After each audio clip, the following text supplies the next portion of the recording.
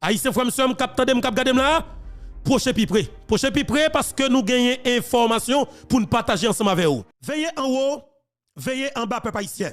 La patrie en danger. Maintenant nous avons besoin des patriotes. La République tête en bas et des pays justement qui collent avec nous cap essayer persécuter nous quelque part.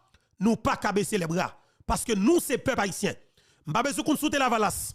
M'pas besoin qu'on soute des petites de Saline Moïse Jean-Charles. M'pas besoin qu'on soute tête Calé Matéli. M'pas besoin qu'on soute Jovenel Moïse.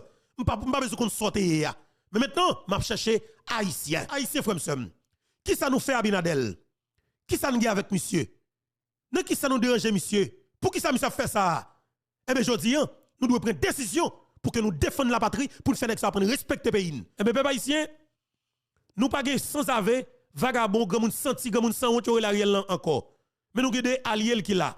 Mais maintenant, c'est éradiquer tout allié Ariel yo, tout sympathisant Ariel yo qui t'a supporté Ariel en démarche pour que tu écrasé et projet canal loin. Jodi qui ça bagay là. Après plus passé 6 mois que n'a collecté l'argent partout à travers le monde dans les haïtiens, moun k'ap voye $10, k'ap voye 100, k'ap voye 1000, k'ap voye 1500, k'ap voye 2000, tout le monde k'ap contribué. Toute organisation k'ap contribué. Haïtien tout côté, pasteur l'église nous yo, tout côté États-Unis, Boston, tout côté. K'ap collecté l'argent. Pasteur Grégory Toussaint qui baille bako l'odeur. Toute l'autre plateforme média en ligne qui supportait ce mouvement tout haïtien mette main. Et ça qui ko jodi hein. Moi besoin fanatique Teriel Telus là. Moi besoin groupe moun k'ap suivre Wendy Fell là. Groupe moun k'ap suivre Boustad John TV Madame Sarah Tiline moun a fait bon et senti bon, quoi senti bon. Et moun k'ap suivre Morvan yo. Tout haïtien mettez différence de côté, mettez sentiment tel bagaille division de côté. On nous prend haïtien tout d'abord. On nous kembe Haïti dans plamel nous pour que nous organiser nous pour nous regarder comment nous avons fait bataille ça pour que nous gérer problème ça. Maintenant Pasteur Moïse parle de plan B. Ça que fait Pasteur Moïse venir avec plan B. Eh bien, je vais l'expliquer. Après plus passer 6 mois, nous finissons collecter l'argent quand on arrive dans le point pour que l'inaugurer. Eh bien, frère, avec ça, pendant que boss a mis porte d'entrée dans le canal là, pour contrôler de l'eau pour ne pas envahir les paysans nous dans la plaine Maribao, attendez bien, frère, avec ça, pas que je dis, il s'agit de la patrie. C'est un moment, Luis Abinadel, by l'ordre, pour ajouter 2 pompes sur une pompe qui est mette, yon façon pour réduire la quantité de l'eau qui peut venir joindre nous. Nous pourrons parler. Parce que, avec présence du sénateur Guy Philippe, en dedans pays, la Dominicanie parle de menace pour intérêt la Dominicanie en Haïti. Ça te pousse nous à poser des questions. Qui ça qui intérêt la Dominicanie en Haïti? Eh bien là nous finissons une réponse, elle est fragile. Là nous finissons une réponse, extrêmement fragile. Et réponse, c'est espace côté canal la construit dans plein ça, des richesses qui sont capables de développer la Dominicanie avec Haïti. Ça veut dire que est capable de développer Zilea, capable de nous, un petit Dubaï sous Zilea.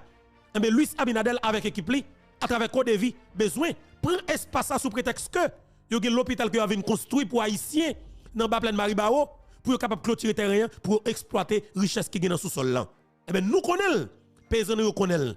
De fait manchette nous a filé, n'a pas mourir sur champ de bataille, nous pas mourir lâche. Et quel que soit haïtien dans Wanamet qui décide de trahir lutte ça, il de racher ou là, dépatcher ou là, boucaner ou là. Nous tout dit clair, quel que soit haïtien qui campé en face nous même cap mener lutte ça dans Wanamet, racher là, dépatcher là, boucaner là. Clair. Trahir là, mourir là. Dans nos rangs, point de traître. Et c'est nous qui disons. Sans Dessalines dans folle montagne, et fois ça dans nos rangs, point de traître. Faut que nous clair sur ça. Dans mi-temps pas fait pour que traite, pas doué traite. Quand il s'agit de traite parmi nous, nous devons exécuter sur les champs. Et c'est période. Depuis nous identifier traite parmi nous, nous devons exécuter sur les champs. Et c'est sous canal là pour nous faire sacrifice là ensemble avec elle. Si nous avons estimé c'est juste, nous allons venir sacrifier sous canal là. Bouler sous canal là. Faut mouvement cannibale avec sous canal là pour montrer que nous pas jouer. Dessalines pas jamais de rance. On trahit lutte pour la patrie, lutte qu'a mené pour sauver dignité, souveraineté nous comme peuple, le gagnons individu parmi nous qui trahit lutte ça, yo doit sacrifier là, boucaner là. Et c'est nous qui disons le de tout pour nous en mettre, faut que nous fassions dans l'immédiat. Yo doit exécuter sur les champs. Période dans tous les pays du monde, c'est exactement ça que toujours fait qui cause nous toujours petit pays respecter bataille pays, respecter pays yo. Chambre c'est. Et bien ça qui passe. Dans le moment où on parle là, canal nous ça c'est fini. De l'eau qui a débouché pour rentrer dans le canal, depuis avant hier, de l'eau qui est laguée de l'autre bagaille. Qui ça, lui Sabinadel fait? Avec plantain dominicain yo. Yo vient avec bacolode et l'autre deux gros pompes, yo mettez sous de l'eau encore pour réduire la quantité de l'eau qui vient. Ça pas suffit. N'a yo rentrer dans le canal là. N'a yo mettez remblai, yo mettez remblai, yo mettez remblai, yo mettez remblai, yo mettez secteur pour barrer de l'eau yo façon pour nous pas gagner quantité de l'eau. Alors pour nous pas de l'eau normale qui pour rentrer dans le canal l'eau. Ça veut dire. Ça veut dire que plantain dominicain yo décidé pour que Haïti pas produire manger. Ça c'est un. Deuxième bagarre, il a découragé nous, yo façon pour que nous pas avancer sous ligne que nous y a pour ne pas joindre de l'eau. Troisième bagarre, yo connaît que c'est yo qui ba nous manger. Yo connaît que nous groupe haïtien qui toujours craser barrière wana met pour aller acheter fatra la caillou, manger pourri la caillou, acheter sans qu'il y ait sida la caillou. Yo joué sur ça. Yo joué sur un peuple qui pas qu'un bon bataille parce que qui toujours plein gangou.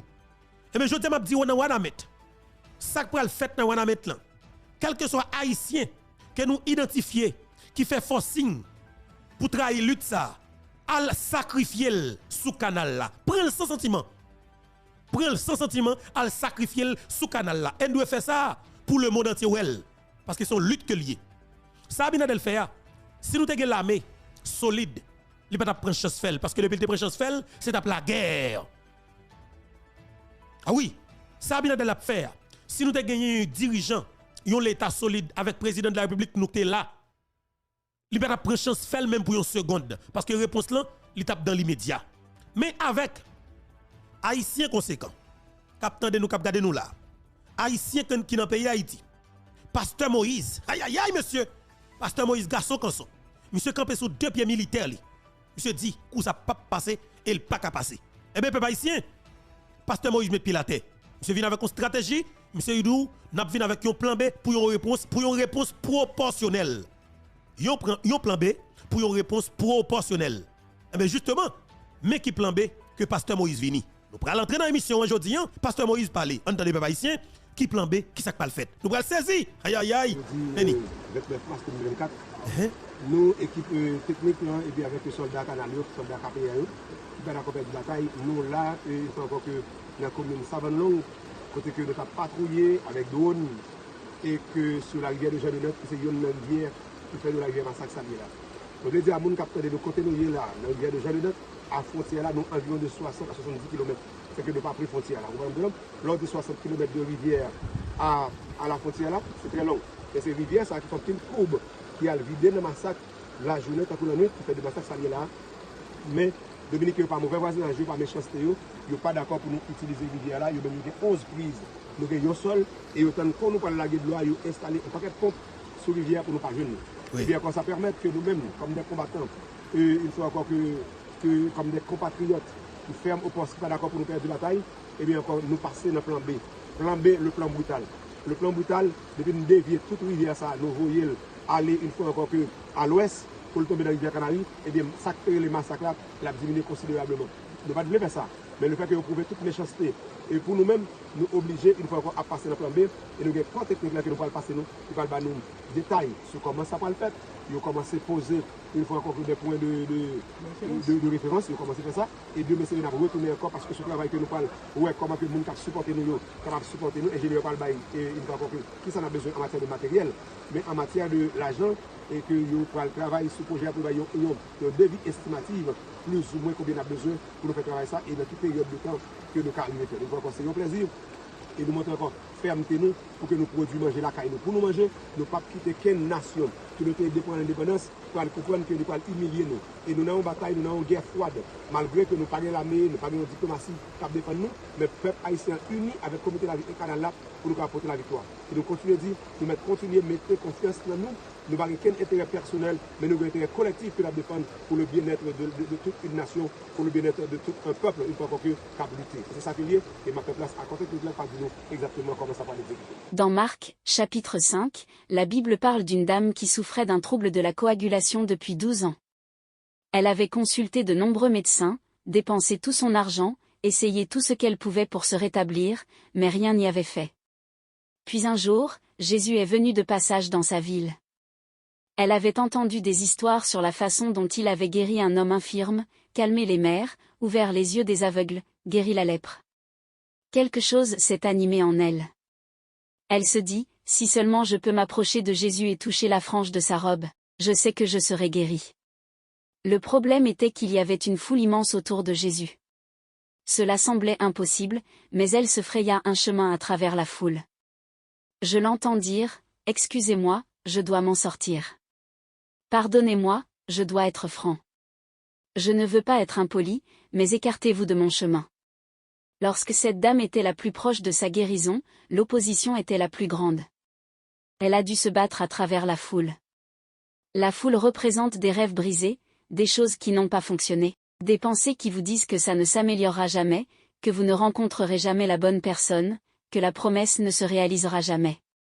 La foule peut être les mots négatifs que les gens ont prononcés à notre sujet, nous disant que vous n'êtes pas assez talentueux, que vous ne pouvez pas réaliser votre rêve. Si vous voulez atteindre votre potentiel, vous devrez vous battre contre certaines choses. Vous devez être plus déterminé que ceux qui essaient de vous arrêter. Finalement, la femme tendit la main et toucha le bord de la robe de Jésus. Tout d'un coup, Jésus s'est arrêté. Il savait que quelqu'un l'avait touché, lui arrachant le pouvoir miraculeux. Jésus a regardé cette femme, a souri et a dit, « Ta foi t'a guéri. Va en paix, tu es guéri. » Dans de nombreux autres miracles, Jésus a accompli, il a imposé les mains aux gens et ils ont été guéris. Mais dans ce cas, Jésus n'a pas imposé les mains à la femme imposa les mains à Jésus. Remarquez que la clé était sa foi. Et toi? Est-ce que vous le tendez et le touchez? Vivez-vous avec espérance, sachant qu'il est plus grand que vos problèmes, plus grand que cette maladie, plus puissant que la dépendance? Ou êtes-vous découragé, pensant que cela ne changera jamais? Eh bien, Joël, j'attends que Dieu fasse quelque chose. Peut-être que Dieu t'attend. Cette dame n'a pas attendu que Jésus lui impose les mains. Elle lui imposa les mains. Cela devrait être notre mode de vie normal. Seigneur, merci car c'est en route. Je cherche ta bonté. Je cherche ta faveur, pas la semaine prochaine, pas le mois prochain, pas l'année prochaine, mais maintenant. Et peut-être que vous priez, croyez, attendez depuis longtemps, restez dans la foi. Vous êtes plus proche que vous ne le pensez. Cela va arriver plus tôt qu'il n'y paraît. Il n'y a aucun signe d'amélioration, tout semble pareil, mais préparez-vous. Dieu est plein de surprises. Souvent, il ne fait pas les choses de manière normale, cela se produit progressivement. Il le fera d'un coup, hors de l'ordinaire. Vous ne l'avez pas vu venir. C'est parce que jour après jour, semaine après semaine, tu n'arrêtais pas de le toucher, tu n'arrêtais pas de attendre, tu n'arrêtais pas de parler comme si ça allait arriver. Vous n'arrêtiez pas de le remercier que c'était en route. Votre foi va vous guérir. Votre foi va vous sortir de vos dettes. Votre foi va briser la dépendance. Votre foi va vous aider à réaliser vos rêves. Je crois que votre foi va vous mener plus loin que vous ne l'auriez jamais imaginé. Marc chapitre 10, il y avait un mendiant aveugle nommé Bartimée assis sur le bord de la route. Au passage de Jésus, Bartimée s'est mis à crier, « Jésus, fils de David, aie pitié de moi. » Techniquement, Jésus n'était pas le fils de David. Lorsqu'il s'écria, « Jésus, fils de David », il disait, « Messie, libérateur, guérisseur, Dieu très haut. » Jésus s'est arrêté net. Je peux l'imaginer penser, « Maintenant, voici quelqu'un qui sait qui je suis. Voici quelqu'un qui croit que j'ai tout pouvoir, quelqu'un qui attend ma bonté. » Lorsque Bartimée s'est mis à crier, les gens lui ont dit, « Tais-toi, tu fais un scandale. » C'est comme ça. Les gens essaieront de vous dissuader de votre miracle. J'entends quelqu'un dire, « Bartimée, tu es aveugle. Tu as été ainsi toute ta vie. Accepte-le. Leur problème est qu'ils ne savent pas ce que Dieu a mis en vous. La liberté arrive, la joie arrive, les percées arrivent, l'abondance arrive. Dieu murmure des rêves et des promesses dans votre esprit, ce que vous pouvez devenir. Désormais, l'ennemi va tenter de les noyer. D'autres personnes pourraient essayer de vous décourager. Ne les laissez pas vous dissuader de ce que Dieu a murmuré dans votre esprit. Son rêve pour votre vie est bien plus grand que le vôtre. Lorsque Jésus entendit Bartimée, il s'arrêta et dit, « Laissez-le venir à moi. » L'Écriture dit, Bartimée jeta son manteau. Or, c'était significatif. À cette époque, les personnes qui avaient un handicap légitime recevaient du gouvernement un manteau officiel qui leur donnait le droit de mendier. Le manteau du mendiant était très précieux. C'est comme ça qu'ils gagnaient leur vie. D'un autre côté, ils vous qualifiaient de mendiants, de la même manière qu'on reconnaît les gens à leur uniforme. Lorsque Bartimée entendit Jésus dire « Viens », la première chose qu'il fit fut d'enlever son manteau. Son attitude était « C'est un nouveau jour. J'en ai fini de m'apitoyer sur mon sort, j'en ai fini de porter cette étiquette qui dit « défavorisé », j'en ai fini de mendier. » Il a changé son état d'esprit de victime à vainqueur. Je me demande combien d'entre nous portent un manteau de mendiant. J'ai eu une mauvaise enfance, Joël. J'ai une raison d'être amère. J'ai attrapé cette maladie. J'ai perdu un être cher. Mon entreprise ne m'a pas donné la promotion. Nous avons tous été blessés. Tout le monde a eu de mauvais moments, tout le monde a fait des erreurs. Mais si tu veux guérir, tu dois enlever ce manteau de mendiant. Oubliez l'apitoiement sur vous-même, les blessures, les déceptions. Vous ne pouvez pas atteindre votre destin en vous excusant, et tant que vous portez le manteau du mendiant, en vous donnant le droit d'être en colère, offensé, désavantagé, cela vous empêchera d'accéder aux nouveaux niveaux qui vous appartiennent. Lorsque Bartimée a abandonné son manteau, il n'a pas seulement abandonné son gagne-pain, il a également abandonné les choses négatives de son passé. Votre foi va ouvrir de nouvelles portes. Votre foi va apporter une faveur inattendue. Continuez à parler comme si ça allait arriver, à agir comme si ça allait arriver, à penser comme si ça allait arriver. Dieu passe par là. Tendez la main vers lui et touchez-le. Libérez votre foi. Si vous faites cela, je crois et je déclare, comme Bartimée, que votre foi vous mènera là où vous ne pouvez pas aller seul. Dieu est sur le point d'ouvrir des portes surnaturelles, de renverser des situations impossibles. Votre foi va apporter la liberté, les promotions, les percées, l'abondance, la plénitude de votre destinée, au nom de Jésus. Victoria Austin, la vision vous donne un but. Cela vous donne la passion d'avancer. Je pense que c'est un principe, c'est que nous devons avoir une vision. Si même nous cultivons et disons, Dieu, donne-moi une vision. Laisse-moi voir les choses que tu vois. Aide-moi à voir la situation dans la foi, plus grande. Dieu merci, vous savez, on nous a appris à rêver de grands rêves et à faire de grandes prières audacieuses, et cela va parfois à l'encontre de ce que nous ressentons intérieurement parce que nous voulons donner une excuse à Dieu. Vous savez, nous voulons le laisser s'en tirer. Eh bien, mon Dieu, tu sais, je ne vais pas croire ça au cas où cela n'arriverait pas, alors, tu sais, tu vas bien, mon Dieu. Tu es toujours Dieu, tu sais. Mais Dieu n'a pas besoin de cela de notre part. Il a besoin que nous croyions grand et que nous ayons cette vision. C'est pourquoi je pense que la vision est si incroyablement importante dans le sens où nous ne pouvons pas simplement la laisser mourir, mais nous pouvons même aider Dieu à créer cette vision en nous en gardant cette vision éveillée. Joël Austin, oui, je pense que c'est important. Je pense que la pensée aussi est, et, nous ne sommes jamais, nous ne pouvons pas vivre dans ce quartier. Néanmoins, Dieu, nous savons que tu contrôles l'univers, ou, maman, tu ne peux pas te rétablir. J'ai vu le rapport médical. Néanmoins, nous allons croire que Dieu vous rend la santé. Ainsi, plus que jamais, nous avons besoin de cette foi néanmoins, non seulement en nous concentrant sur les faits, mais en nous concentrant sur la foi, sachant que Dieu est aux commandes et qu'il peut faire ce que nous ne pouvons pas faire par nous-mêmes. Paul Austin, vous savez quoi, j'aime quand les gens ont ce genre de foi, néanmoins, où ils disent, malgré le rapport, vous savez quoi, je vais toujours garder ma joie, je vais toujours avoir la foi, je vais encore avoir de l'espoir. Je ne vais pas abandonner. Je ne vais pas me contenter de m'allonger et de prendre cette maladie. Je vais me battre contre elle, et je pense à un bon ami à moi en Arkansas lorsque je pratiquais. Il avait un cancer du pancréas, et le cancer du pancréas est souvent une condamnation à mort. Quoi qu'il en soit, j'ai parlé à Buck, il s'appelait Buck, et je lui ai parlé du pronostic et tout ça, et il a dit avec un grand sourire sur le visage, « Nous allons juste faire confiance à Dieu. » Et savez-vous que Buck a vécu encore 22 ans après son opération pour un cancer du pancréas? Et vous savez quoi, était-il l'exception? Bien sûr, il était l'exception, mais il était aussi plein de foi. Il était plein d'espoir. Il gardait la joie et le rire chez lui.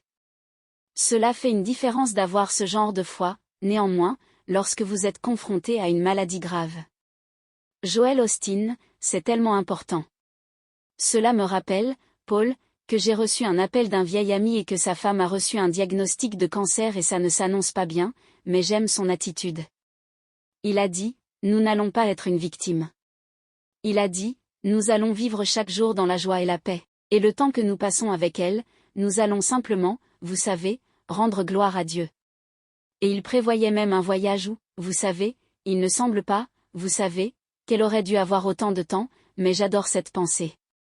Nous savons que Dieu peut encore renverser la situation, mais même s'il ne le fait pas, nous allons quand même le servir, nous allons toujours croire, et nous allons toujours honorer Dieu de nos vies. Donc pas une victime, nous sommes vainqueurs, et je l'ai dit plus tôt mais je veux mourir dans la foi. Vous savez, un jour nous allons mourir mais je vais mourir dans la foi. Je vais mourir en croyant avec la foi quand même.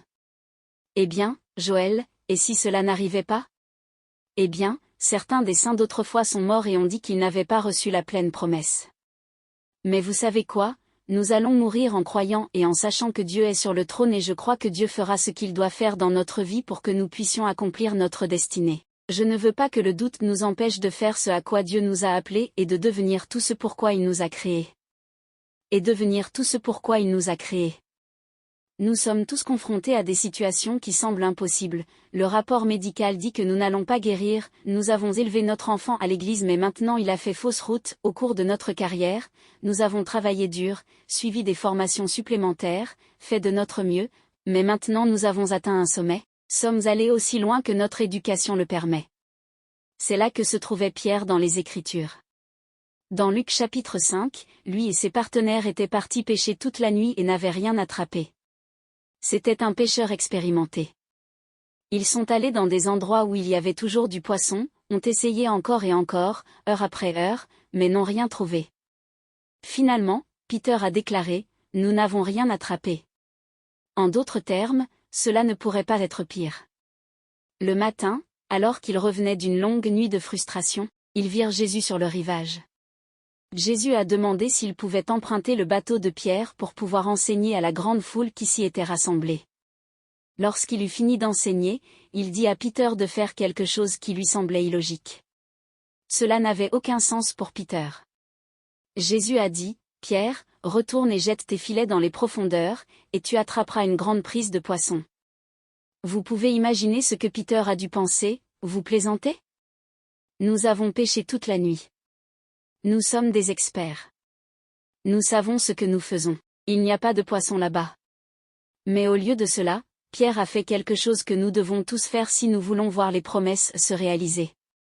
Il dit, « Maître, nous avons travaillé toute la nuit et nous n'avons rien attrapé, néanmoins, sur ta parole, je jetterai les filets. » Il n'a pas nié les faits. Il a en effet déclaré, « Les chances sont contre nous, cela semble impossible, néanmoins, à cause de ce que vous dites, je vais le faire. » Il revint et attrapa tellement de poissons que leur filet commença à se briser. La prise a rempli leur bateau et celui de leurs partenaires. Les gens pratiques auraient raté le miracle. Les gens qui envisagent les choses uniquement de manière logique, raisonnable et statistique se seraient dissuadés.